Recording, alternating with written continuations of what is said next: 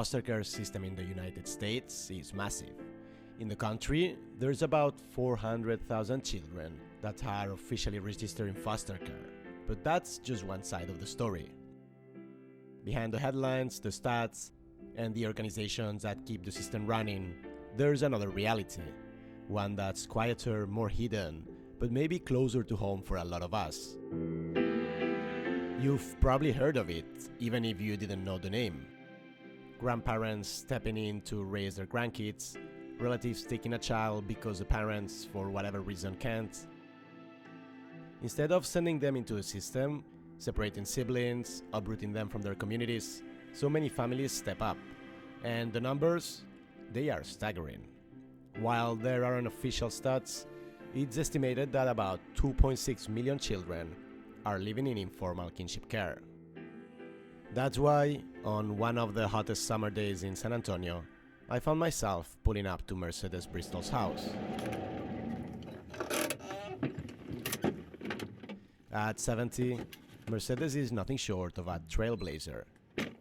A little over a decade ago, she was looking forward to retirement, spending more time with her family, catching up with friends, maybe even taking a few weekend trips.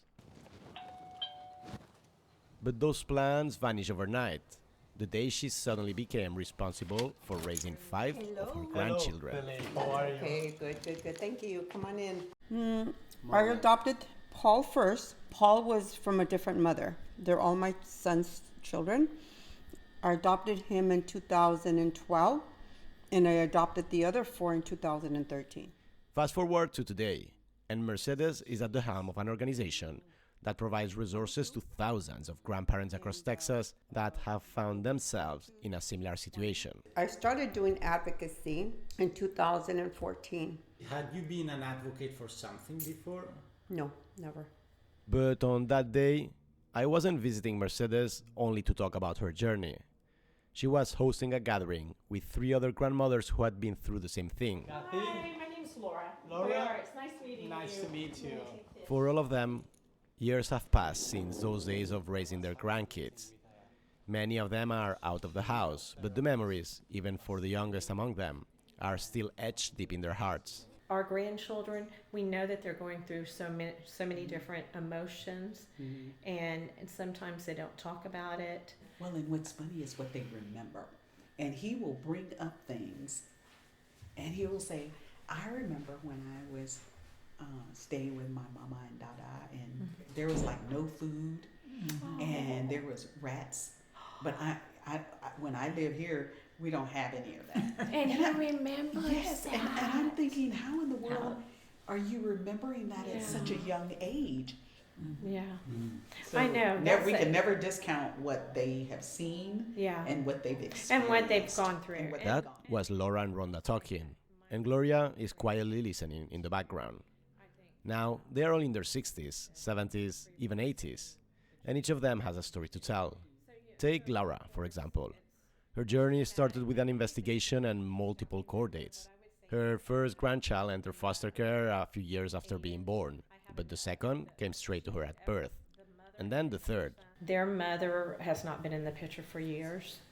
And then my son has gotten sober, and then he's fallen back into the addictions. But it is difficult. But it's hard. It's hard. Especially at a certain age. You know, you're not expected to do that, and suddenly you're all over again, but with less physical strength. Yes, we are not like Sarah and Abraham. Sarah had a whole group of handmaidens to take care, to help take care of Isaac and stuff. And while the child itself is not a burden to you as a grandparent, the weight of what you have to do becomes the burden. If you understand what I'm saying.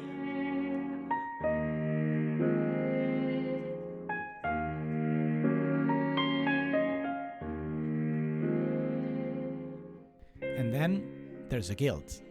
How do you even begin to process the fact that your own child, the person you've loved and raised to thrive, can take on the basic responsibilities of being a parent? We don't realize how, when we try to guard our own brokenness, that we pass that brokenness right on down to our children. I have a guilt, but in some cases they have to say, I have to own how I maybe did something, maybe I was too strict on them because of things that happened in my life, or I stayed in an abusive relationship way too long, and now you're with an abusive boyfriend and you don't understand when I tell you that's not good for you. Now you get mad at me. Me, I don't have no guilt because I know I raised him right. I know he had every opportunity to change his life in all those 27 years that I've had as kids. My son told me, he said, don't you ever let anybody that you know, any family member, anybody make you feel like you did something wrong in life where I was concerned, because the choices I made, I didn't have to make those choices. I made them knowing what I was doing.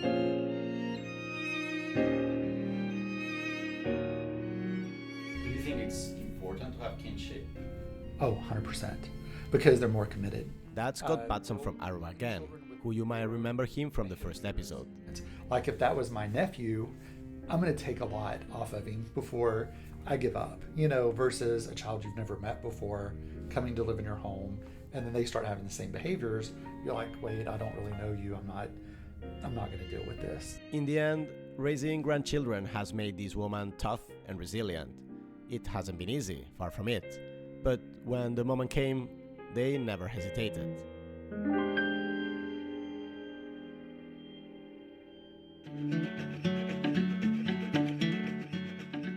As schools were closing for the summer, I gave Tabitha a call. With 3 kids at home, she really has her hands full. But soon I imagine it might be just 2 of them. Hi there, how are you? Last time we talked, Heidi seemed ready to take the next step, moving in with Jamie, a volunteer at Tabitha's organization who was planning on fostering her. A new development has happened with her. She is going to go live with her aunt. Oh, really? Yeah, this kind of just came out of nowhere. She went to visit her aunt, and about 2 weeks into the visit, her aunt called and said, I think I would like to have Zadie come live with me. Looking back, it does make sense. Heidi told me she was hoping to get adopted, to find stability. But in a way, it felt like she was saying that because she needed an immediate solution to her temporary situation at Tabitha's home. I hoped that I would find a good family that fit me. I was hoping to get adopted, but I feel like Jamie wasn't really the right fit. It's just we 2 whole different personalities. And I mean, she doesn't really know me, but I guess my plan right now is to just age out of foster care, just me live with my aunt. For Tabitha, she understands why she did that, and it's a relief. She's been fostering Heidi for nearly a year, an unplanned decision back then that was made purely out of concern for the child's well-being. This is the best thing for her. Jamie recognizes that, and she's happy for her. And do they have a previous relationship? They do. Zadie actually was living with her aunt when she came into care the first time. And the aunt was going through a lot of her own personal things at the time that made it really difficult for her to take on another child that had so many demands. But a lot of those things have, time has resolved a lot of those things. And she's going where she's always wanted to be. Hello. Then, a few weeks later, I arrived in Austin. Hi. Andy, how are you doing? Good. How are you Good. doing? I'm good. Yeah, I'm good to good. see you. I told you that we'd probably need 2 tables. Too. Yeah. At a small table on the terrace of a local cafe, Heidi is sitting with her aunt. To my surprise, her mom, Nikki, is here too. She has come all the way from Dallas to celebrate Heidi's 15th birthday. Now we're going to Waco. Oh, nice. Dr. Pepper Museum. Yeah. And why do? Because you love Dr. Pepper. I love Dr. Pepper. It's an addiction. I love it. He's again, why do you want to go here? Not sure? Yeah. She is. She's like, that's all she drinks. Her dad is too, though. He's a Dr. Pepper lover. Oh, I too. didn't know that. Oh, yes, but he doesn't drink all of his. He leaves half of his on the tables all the time. She's getting her hair done the other day. Wait, let me grab a Dr. Pepper. She had her Dr. Pepper, drinking it the whole time. My coffee is Dr. Pepper. I drink it in the morning. Yeah. Drink it at night for dinner. Drink it for lunch. As I watch Heidi spend time with her aunt and mom, I can see that from her 15-year-old perspective, even with the uncertainty of what the future might hold. Oh, get She's exactly where she wants to be, with her family. She seems relaxed, genuinely happy to be with them, and though it might be misleading to judge from just this moment, there's no trace of the underlying anxiety she carried before. I feel happy about it. It's not new, so like I'm very comfortable around her. She knows me and I know her, so it's a good environment because I get to be more closer with my family. And is it like it's been easy for you to make friends in schools because you've been moving and you need to adapt and all that Not stuff? really. I just have social anxiety, but I guess when I was in a group home, it was like, I guess a little bit better because like I've already had friends in the group home that I could like go to school with and like interact with. So I guess that was a little bit better. Last time we spoke, you told me you were keeping the relationship with your mom. Has it changed the fact that you are in Austin and with your aunt? Yeah, I have a pretty good relationship with my mom. She comes down sometimes if my aunt needs help because she works a lot. So yeah, that, and with my dad, I've had like, you know, I was able to talk to him. I haven't seen him yet, but we're still working on that. So.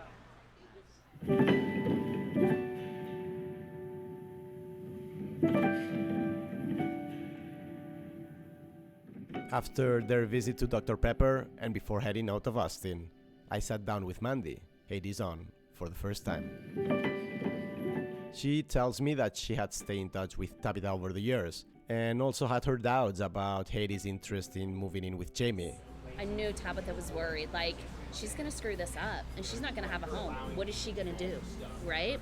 So I talked to Tabitha and I was like, listen, not that I'm gung-ho and willing to be a mom again, but my thing was, if it doesn't work out, she'll have a place. Tabitha, really? Can she just come live with you then?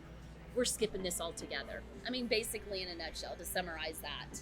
So I was like, I'll talk to her. I said, but I'm going to put it as, you know, remember what happened last time? There's our boundaries, and it's your choice. I don't want to influence you either. You know, it's your choice. What do you want? You got Jamie, you got me, your choice. And she was like, yes, Aunt Amanda, I want to come live with you. The last time she's referring to, that was 4 years ago. By then, Heidi was 10, and CPS was getting ready to remove her from her mom's house. She was just too young, already carrying the weight of 10 years of almost constant neglect. Nikki loved her, no doubt about it. But love alone wasn't enough. She just couldn't raise her properly. She would stay up all night, sleep all day. She's got a phone. She's in first grade. Or second grade. She's got a phone. She's full access to social media. Heidi is parenting herself. Social media is parenting Heidi. So now Heidi has sexualized behaviors because this is what girls are supposed to do. Mandy then stepped in. She already had a lot on her plate, but she decided to give it a shot anyway. They were able to align me up with wraparound services. So she had multiple different types of therapists. But again, who's doing it all? Me. I'm trying to raise my kid. It's COVID. I'm working. I'm divorced. It's just on me. Everything, right? I'm talking to mom on a daily, but my mom finds out she has cancer. A few months into that first placement with Mandy, things weren't getting better. They were actually getting worse. Heidi needed something more, something specific. And as much as Mandy wanted to help and love her, she just couldn't provide the environment Heidi needed. So I had to make the heart-wrenching decision. You can't stay here. And she was just, what? What are you talking about? Bawling. Aunt Amanda, what? And I'm like, sorry, honey, I can't keep you safe.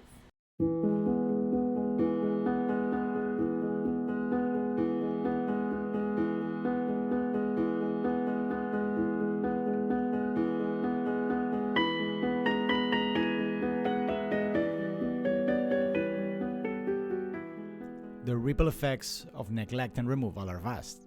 They don't stop with the child or the parent. They reach out, touching relatives, friends, and even the broader community. Relationships are strained, sometimes shattered. Take the grandmothers, for example. Many stepped in to raise their grandchildren when their own sons or daughters couldn't. It's a sacrifice, and some of their relationships never recovered. But then there's Heidi. Her journey back to her family has not been easy. It's been a long, winding road, a process that took years and involved more people than you might imagine. It hasn't been perfect, but so far, it's been enough.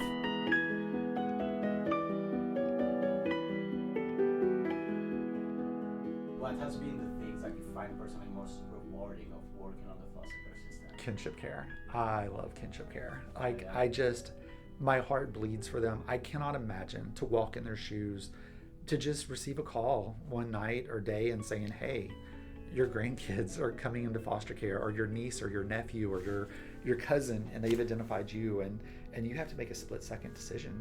And a majority of these families are at or below poverty level. That's Scott Batson again. And if I hear it once a week, I hear it 5 times a week from grandparents. This is not where we're supposed to be in our life. We're supposed to be getting close to retirement. You know, we're going supposed to cruise ship yes, buying an going to RV. restaurants, not to go into McDonald's on a Friday afternoon, and, you know? and turning around and doing it with a 1-year-old. I mean, you know, not just older kids, but babies. And I mean, what would you say are the issues of the foster care system that are important to solve? Capacity. Since 2019, there's a 9,000 bed deficit in Texas for foster families and families to truly foster. We're getting inundated with families who want to foster adopt, so their goal is adoption, and so it just doesn't fit the demographic of kids that are entering foster care. That's why I was interested in Mary and Michael, because they are open to 0 to 17 and traditional and TFC. Yeah. And they got someone placed last week for the first time after they got the license. And it lasted a day. Really? Yeah.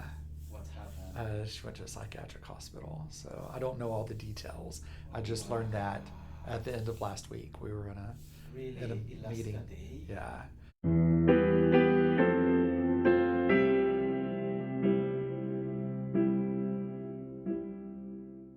And here's where things take another unexpected turn. The last time I spoke with Marie and Michael, the couple that were preparing to foster for the first time, they mentioned a young girl who was set to move in with them. Then, radio silence. Weeks passed without a word.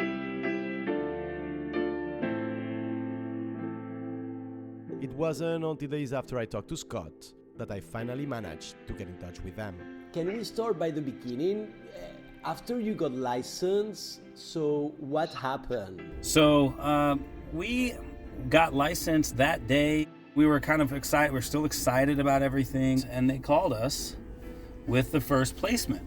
So they gave us They gave us the background of the child, and they said that they had never been in care. So this would be a brand new foster placement.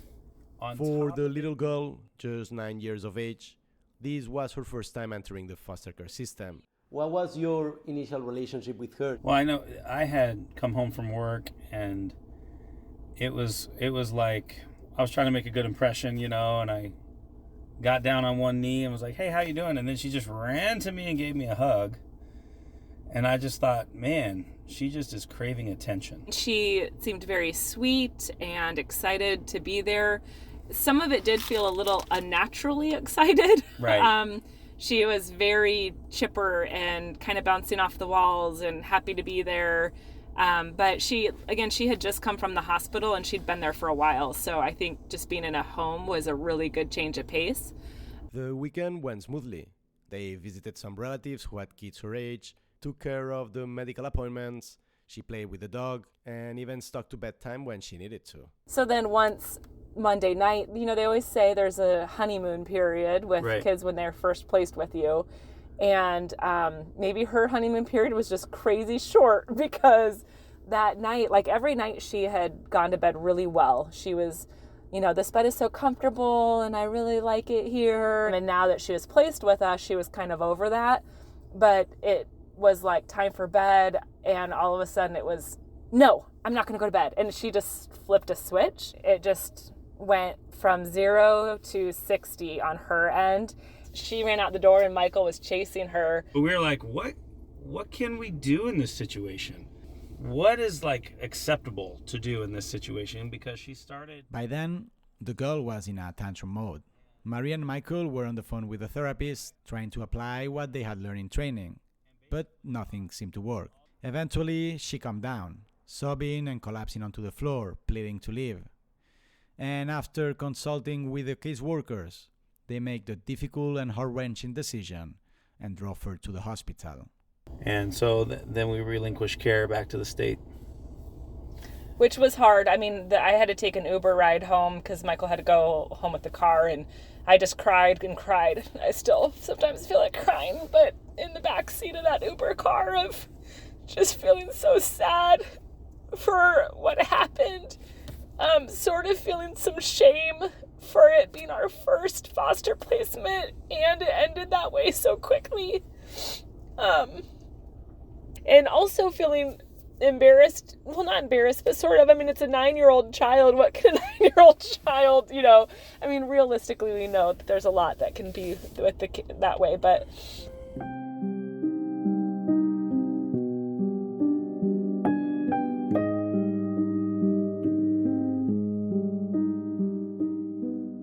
sometimes it's easy to miss the nuances. At Kids Save event where we first meet Heidi and Tabitha, the kids were playing, smiling and chatting with the adults. For a moment, it even seems simple, like what you see on the surface tells the whole story. But it doesn't. Especially not for kids in foster care, who carry the weight of difficult past and emotional roller coasters.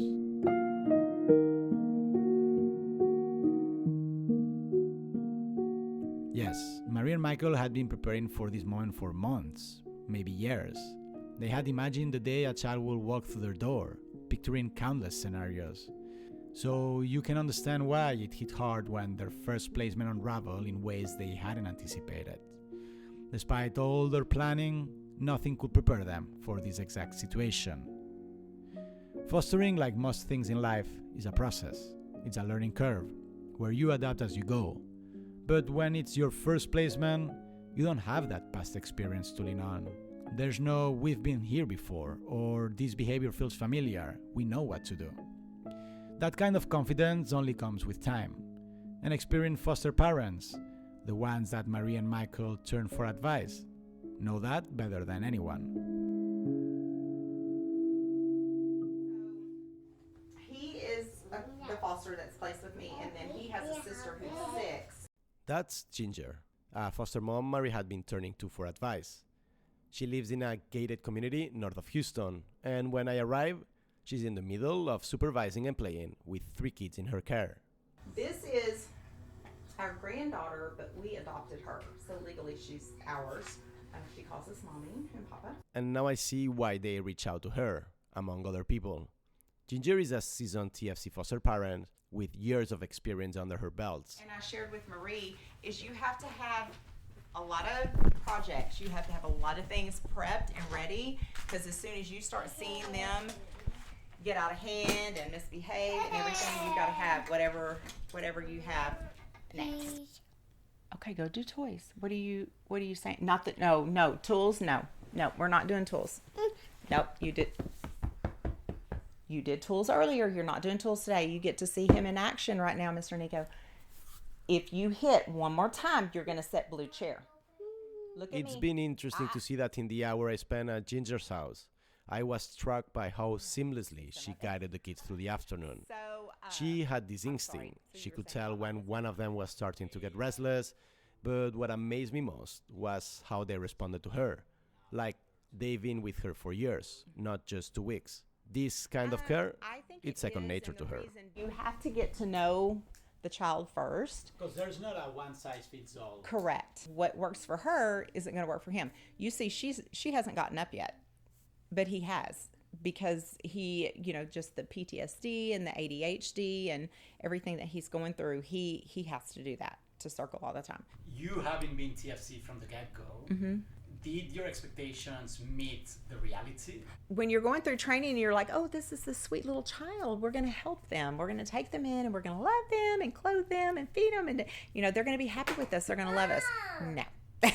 These children have never had clothes, had food, had these sort of things. So when you think that you're doing that and that you're helping, they don't care about none of that. Yeah. They want the hugs. They want the loving. They want the kisses.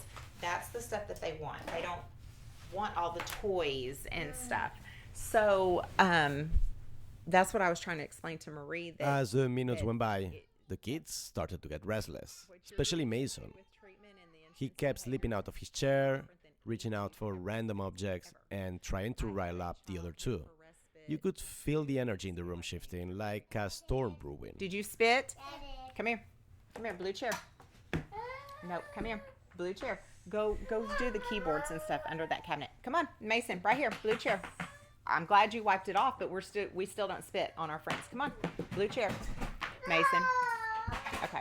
That's why I told Marie, I said, don't feel bad for what you did. You can't save them all. You can't rescue them all, but you're giving them a chance or a space that they can feel safe. So basically, I'm making a paper trail for them to where when they leave my house in a year, they can go to either their forever home or another foster home. But even if they go to a foster home, they still can look at that paperwork and go, oh, she did this or she had this, and they can keep following through with it. But I hope one day these children will send me an invitation to their high school graduation or, their wedding or, just a Facebook, friend request or something like that.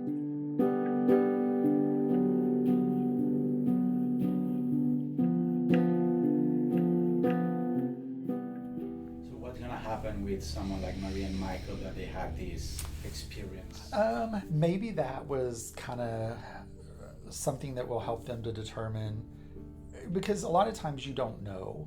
You go through all the training, you hear all the things, and it's all theoretical, until you actually get the child in your house.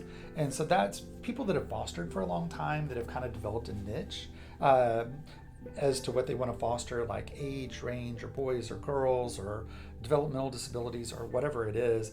So they kind of start developing more of an understanding of what they're best able to parent.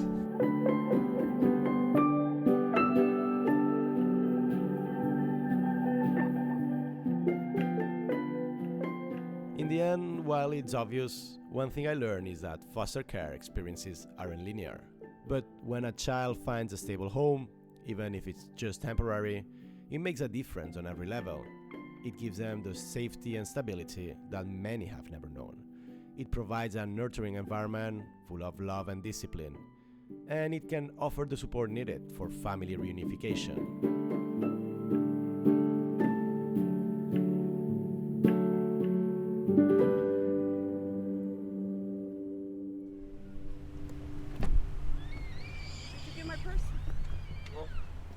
Paul, you didn't get my purse? No. I told you, get my purse. Oh, I'll be back. I told him, get my purse when I walked out. As summer draws to a close in San Antonio, I visit Mercedes one last time.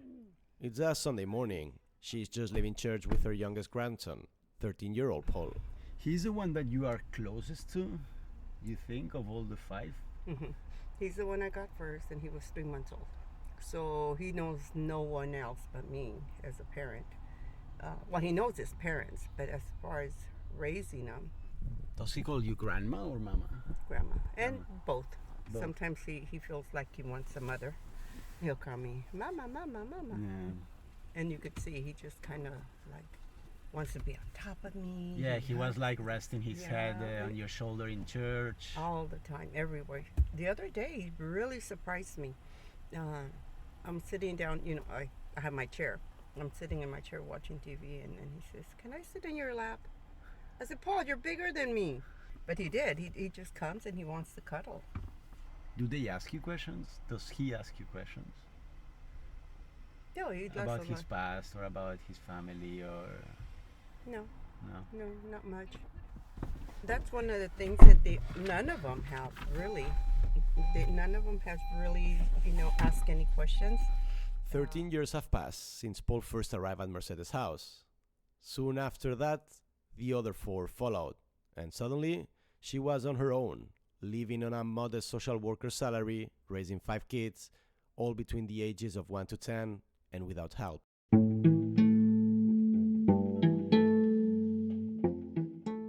Those early days were really difficult for Mercedes. Back then, she wasn't yet licensed, and resources for informal kinship care are scarce. When I got the kids, I wasn't receiving any money. I didn't have beds for these children. They don't come with clothes. So when you get them, you don't have anything. And I would charge things up on my credit card to get them clothes, to get them school supplies. I had 3 kids in school by then. And then I had 2 daycares I had to find. And that's when Mercedes decided her situation wasn't acceptable. She began making calls to organizations and connecting with other foster parents on Facebook, only to discover that thousands of grandparents were facing the same challenges as she was. You could see, San Antonio, Rouge, Cibolo. In our database, we have 2,116 records of families. You take out the 2,000, that's 4,000 kids. 4,000 children in the system without, Now, these days, life looks different for Mercedes. 2 of the kids have moved out, and the others are older now, not little ones fully dependent on her. With more time, she's focused her energy on the organization she runs, where people are constantly reaching out for support. Her database has grown into one of the largest resources for grandparents raising their own grandchildren. Over the years, she's become a lifeline for many of these grandparents.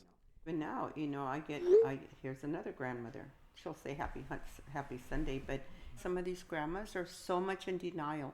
I've talked to her several times. The dad still comes in and out of the home. And she thinks that the dad is going to be taking care down the road of the kid in a way that he hasn't until now. I told Becky, if you know he's not dependable, don't let him in the house. Hi, Grandma. Hi, baby. That's my other granddaughter. She's the 15-year-old. Hey. Hi, this is Nicholas. Say hi. Hi, how are you? What does that represent, the faith? I think if I didn't have my faith, I would have drowned. One of the things that happened when I got the kids is I went through a depression.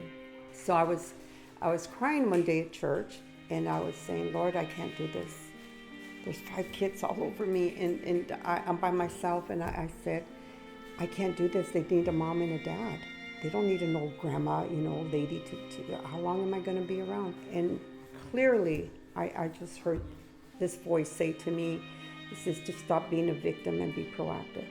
And I got inspired, like, okay, Lord, I can do this, with your help. If it's not for my faith, I think I would have gave the kids up.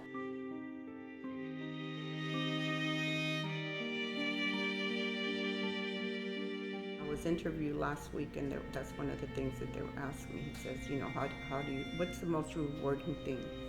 And I said, the most rewarding thing is grandmother, to see that these children were raised in the same home, that they didn't have to go to different foster homes or lose connection with them. Myself, I know that they're healthy and they're well, and they have each other.